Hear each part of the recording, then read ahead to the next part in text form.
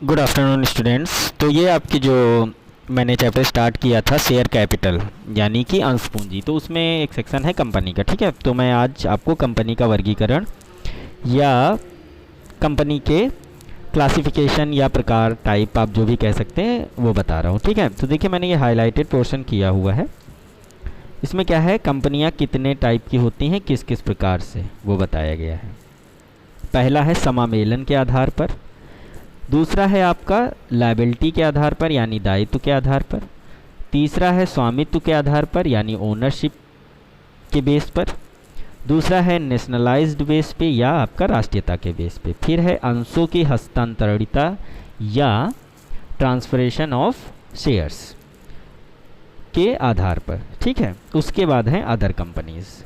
तो ये आपके 6 सेक्शन हैं जो आपके कंपनी को क्लासिफाई करते हैं। तो हम सबसे पहले आपको बताएंगे आज समामेलन के आधार पर या on the basis of incorporation.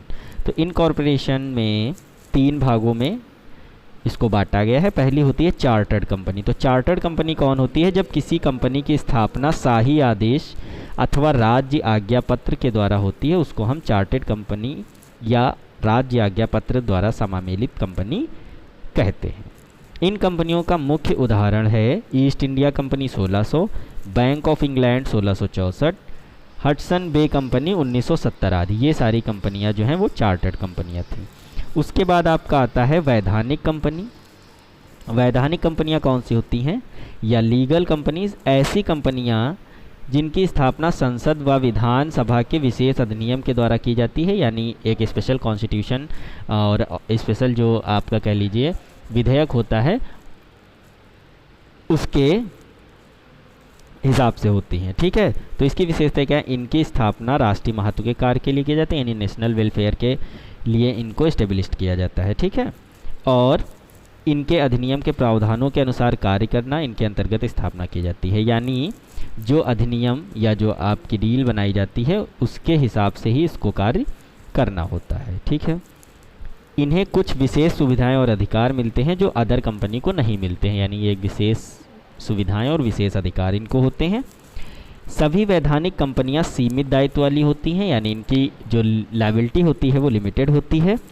इनके नाम के अंत में लिमिटेड शब्द लिखना अनिवार्य नहीं होता है। भारत में बहुत सारी वैधानिक कंपनियां हैं।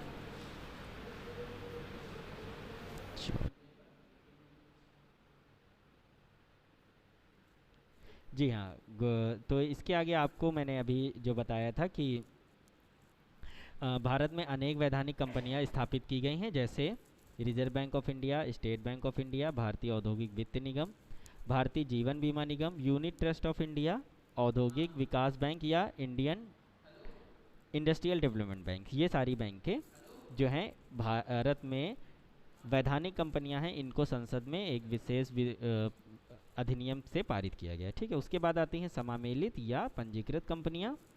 तो समामेलित या पंजीकृत कंपनियां वे होती हैं भारत में जिन कंपनियों का समामेलन या पंजीकरण कंपनी अधिनियम के अंतर्गत होता है, उसको हम समामेलित या पंजीकृत कंपनियां कहते हैं। तो भारत में जो विधेयक के द्वारा पारित नहीं होती कंपनियां, उसके अलावा जितनी भी कंपनीज हैं वो सारी आपकी समामेलित कंपनियां होती हैं। ठीक है, और भारत में कंपनी अधिनियम के अनुसार इनको बनाया जाता है। ठीक है, तो आप इसे अच्छे से पढ़िए और समझिए। जो भी अगर डाउट्स हैं, नहीं समझ आ रहा है कुछ भी, तो आप कमेंट्स में पूछिए और कमेंट करिए, और इस वीडियो को जितना हो सके कॉमर्स के स्टूडेंट तक आप शेयर करिए और चैनल को सब्सक्राइब करिए। रेगुलर आपको कॉमर्स की क्लासेस इस पर दी जाएगी। अब कल मैं आपको दायित्व के आधार पे कंपनियों का वर्गीकरण समझाऊंगा, सेकेंड पार्ट। ठीक है, चलिए, हैव अ नाइस डे।